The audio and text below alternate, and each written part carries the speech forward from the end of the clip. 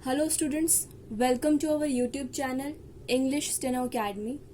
Last class में हमने अपने थर्ड प्लेस वॉवल के बारे में पढ़ा था। वो हमारा लास्ट टॉपिक था वॉवल्स का। वॉवल्स में हमारी तीनों कैटेगरी कंप्लीट हो चुकी है। तो अगर आपको कोई भी डाउट हो तो आप कमेंट सेक्शन पे ज़रूर बताएं।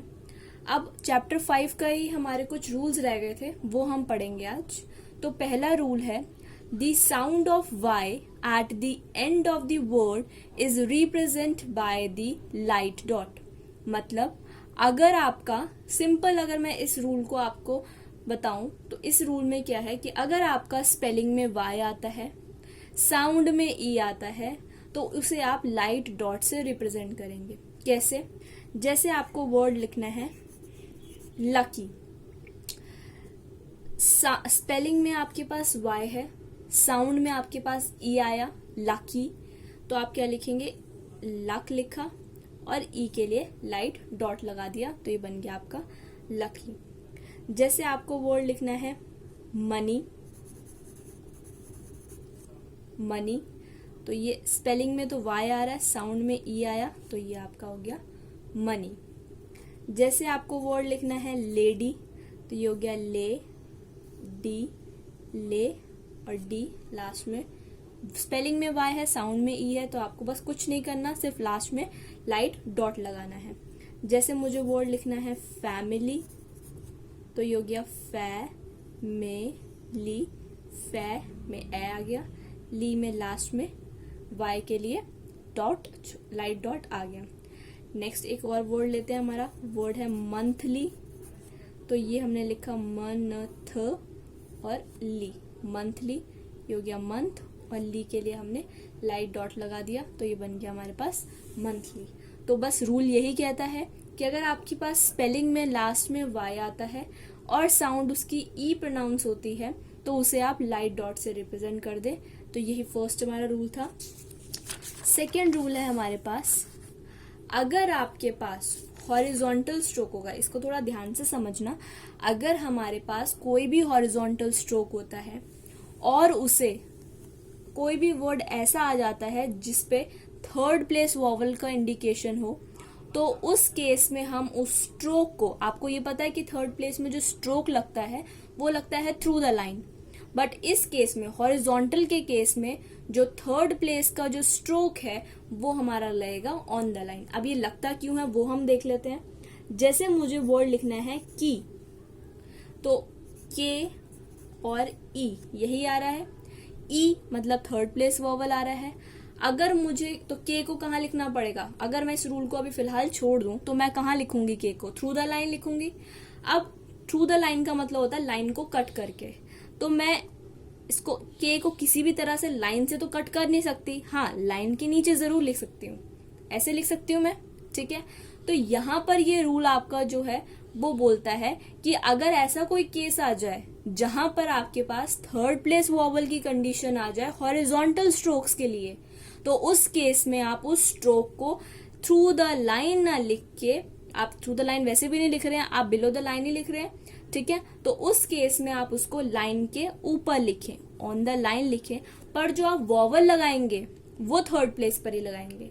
जो आपका जो वॉवल होगा वो कहाँ होगा? थर्ड प्लेस पर होगा। तो की, तो क और ई का साउंड है तो लास्ट में लगेगा, तो ये लास्ट, सॉरी, क और ई लास्ट में आ रहा है, ये तो मैंने स्टार्टिंग में लगा दिया, क और ई लास्ट में आ रहा है, तो इसे हम लास्ट में लगाएंगे, तो ये बन जाएगा हमारा की। नेक्स्ट है हमारे पास वर्ड कुक, तो क्या आ रहा है? कु, ऊ, क। अगेन ऊ जो है हमारा वो थर्ड प्लेस वॉवल का इंडिकेशन दे रहा है, और क दोनों ही हमारे हॉरिजॉन्टल स्ट्रोक्स हैं। याद रखना ये केस सिर्फ और सिर्फ हॉरिजॉन्टल स्ट्रोक्स में होता है। इससे पहले आपको ध्यान होगा हमने वर्ड पढ़ा था मील लास्ट वीडियो में, तो मील में एम जो था वो तो मेरा हॉरिजॉन्टल स्ट्रोक था, बट यहाँ आप देखोगे एल मेरा अपवर्ड स्ट्रोक था, इसलिए मैंने इसको ऐसे लिखा था।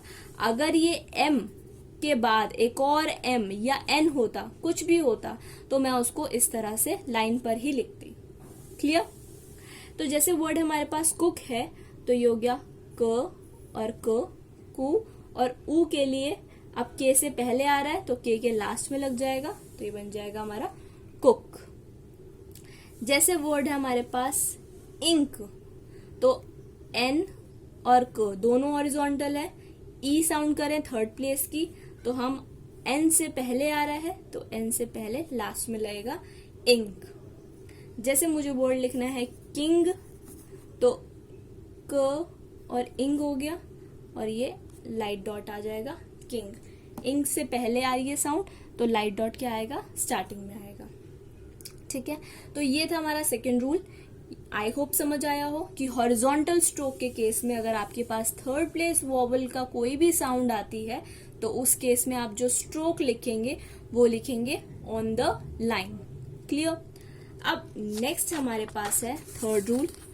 जब भी आपको किसी वर्ड में आईएनजी इंग आएगा, जिसकी साउंड हमेशा इंग होती है, एनजी होती है, तो उसे आप हमेशा इंग एनजी, जो आपका इस तरह से लाइट स्ट्रोक होता है, एन का लाइट स्ट्रोक एनजी होता है, तो उस सॉरी डार्क स्ट्रोक, तो उस डार्क स्ट्रोक से आप रिप्रेजेंट करेंगे। एन आपका लाइट होता है, एनजी मीन्स डार्क होता है, तो वो डार्क स्ट्रोक आप यहाँ पे यूज करेंगे।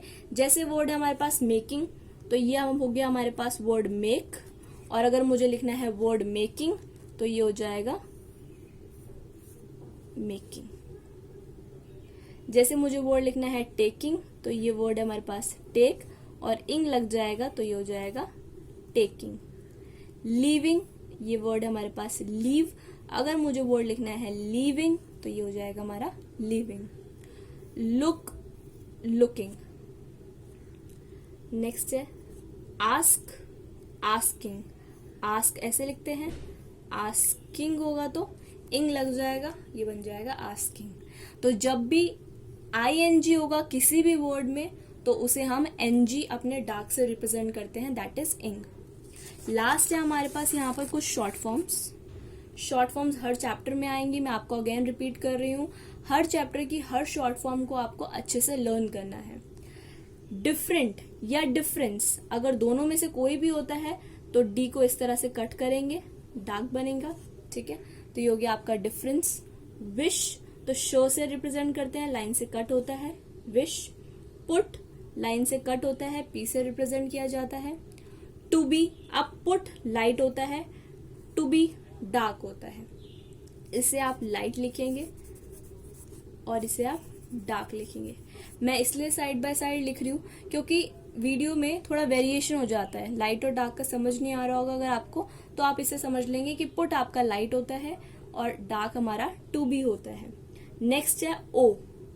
ओ हमारा इस तरह से डार्क होता है। याद होगा लास्ट क्लास में ही हमने ऑन भी किया था, ऑन हमारा नॉर्मल लिखा जाता है बट ओ जब लिखते हैं तो वो डार्क होता है। कैन, कैन इस तरह से अबव द लाइन होता है।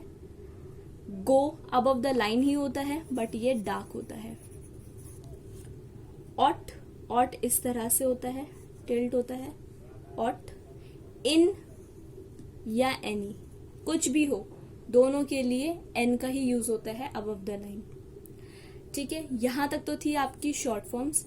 अब ये कुछ शॉर्ट फॉर्म से ही वर्ड्स बने हैं। जैसे हमने पढ़ा है वर्ड बी, बी को हम ऐसे लिखते हैं, अब इसमें इंग लग जाए तो ये बन जाएगा बीइंग, तो ये हो गया आपका बीइंग। डू भी वर्ड पढ़ा है, अगर उसमें वर्ड इंग लग जाए तो बन जाएगा वर्ड डूइंग, तो ये है डूइंग।